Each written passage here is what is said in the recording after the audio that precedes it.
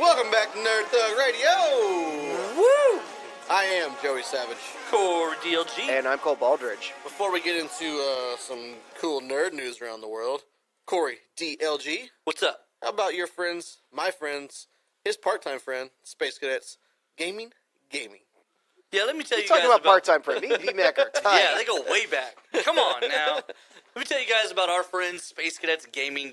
Right there in Oak Ridge on Robinson Road, right across from the Woodlands Mall. Mm-hmm. What you'll do is you'll go in there and you'll have the time of your life. The time I had. See? The time of my life. Every Saturday playing HeroClix at Space Cadets Gaming. That's right.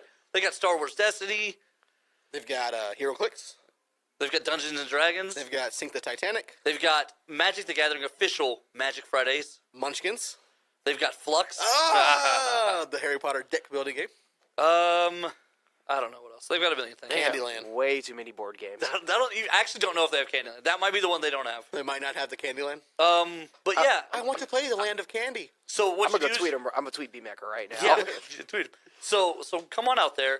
Tell B-Mac that you listen to Nerd Thug Radio, and he will give you 10% off the highest ticketed item on your purchase. Regularly, I see like groups of people go in there. They're finding a game to play that night. Yeah. They got a bottle of wine in hand. They're going to buy a game. They don't bring the wine in, but okay. I imagine it's a very family-friendly place. It's a family-friendly place. But what they're doing is the friends are getting together. They're buying a game. They're going to sit down. They're going to play. They're going to have a good time. So if it's a Friday Settlers night. of Catan. If it's a Friday night. Oh my God, we're gonna talk about that. Okay, well, in a little bit. Now once we're done with sad. It's Friday night and you got a few friends together and I want to do some gaming. I don't know what to do.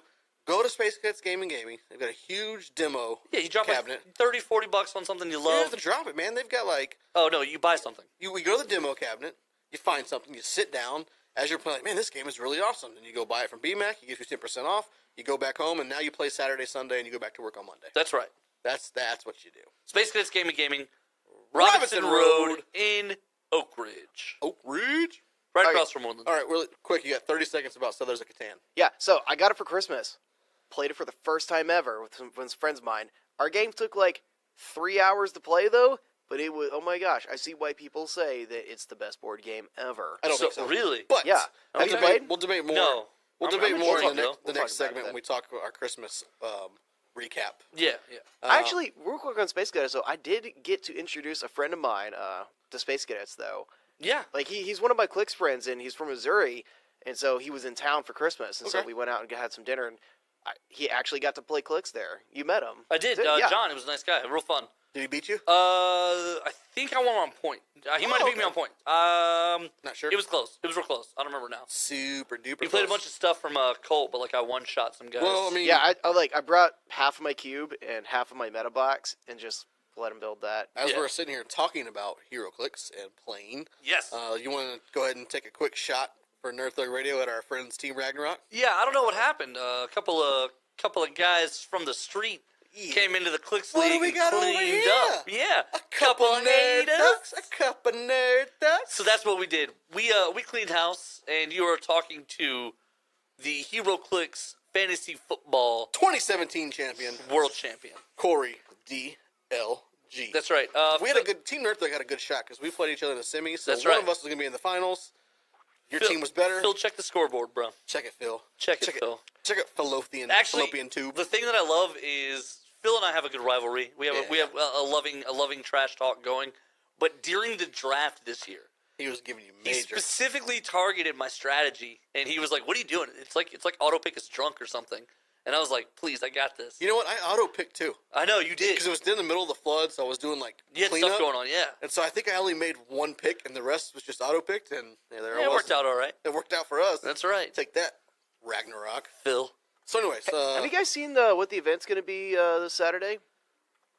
next Saturday? Yeah. No, for what, the 6th? I don't know. Basically, it's going to be 2017 points, figures only.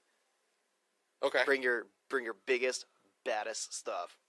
That's pretty good. That's not bad. That's I don't like just- big games. I just might bring it so I could just bring out that Spectre, full points. I think Spectre's not allowed. No, wait, that was Howard's event. I'm Yeah, sorry. yeah. Anyways, all right, I do There's digress. a reason why he's broken. I do digress. So, Yes. now that we're back to full circle here. We've come all the way back. Nerd Thug news around the world. Yes, talk to the champ. Tell him what you need to know. First, touch on something real quick. Oh, okay. So we talked about this show early in the year. Sci-Fi, their show Krypton. Yeah, did it come to air? It's got a release date now. It's like March 21st or something of that nature.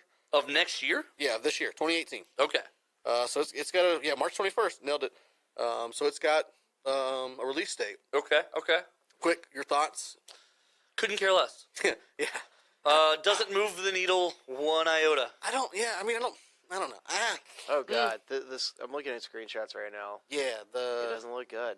yeah. I mean, it's gonna have to have some really great storyline. So here's the thing about it that completely disinterests me. Superman has always been about how he, yes, is an alien, but wants to be a human, and how he integrates into humanity. So the House of L has never really been like a story point in the DC universe. It's not about where he came from. It's about who he is. So people don't care about the House of L. It's kind of an irrelevant part of it. Does it make you excited that it will heavily feature Adam Strange? No. Okay, not even one bit. I think Wow. what really Krypton's big draw is that it is so rich in world building. Brainiac and for sure. Doomsday. Yeah. Yeah. They're gonna be Well, No. Less. in it. Okay. well, it Even still has this multi-million-year long history. It has 100,000 like a No, for 1,000-year long sure. Civil For War. It's sure. 100,000 period of isolation. It's so rich for world building. But if you're talking like a general audience, the general audience, I guess, again, it doesn't really care except for that's where Superman came from. So Right. you're catering to like this really niche, nerded out like comic book fandom that I don't think it's going to be there because it looks I like agree. it's a super TV budget production. It's not going to do it justice. The No. only thing that's gonna help it a little bit. What's going to help it? It's on Sci-Fi, so it doesn't have to have great numbers No, you're right. In sci-fi, it can have a lot lower numbers to justify the same to let it keep time running. spot. But yeah, I don't know. I'm not excited about it at all. There's nothing about it that even seems relevant. Like we don't. Things about the history of House of L are completely like no. There's not even like cool trivia about the House of L. And they're gonna make this show in some form or fashion be about Kal-El. It's almost like they're trying to do to Superman what Gotham is doing to Batman. Yeah, it seems like it. Except But this is on an alien world and blah, blah, Lower blah. budget. Super lower budget. So there's a cool little crossover moment in Starman, one of my favorite books. When he goes into space, he gets kind of a little misguided, and he winds up on a little side adventure, and he actually winds up on Krypton, meets Clark Kent's grandfather. So actually, I think the character featured in this show is who he meets. Okay. And he actually is the one who introduces the idea of Earth to him, to the House of L. Okay. Because the grandfather's already exploring the extinction level stuff happening, and he's like, I don't know what's going to happen to our world. It looks like it's kind of dying, blah, blah, blah. I'm worried about my line, and Blah, blah, da-da-da-da-da. blah. And he's like, well, there are other homes and there are other worlds out there.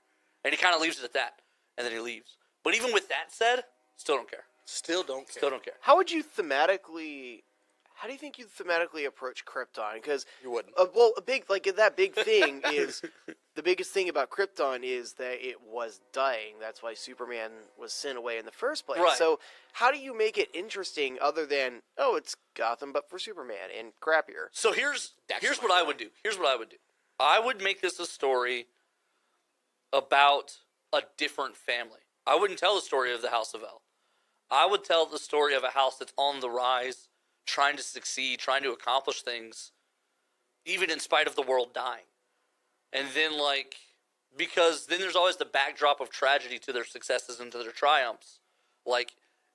Then you get to kind of play up it almost doesn't matter how successful they become because the world's dying. Right. How does Superman houses work anyway?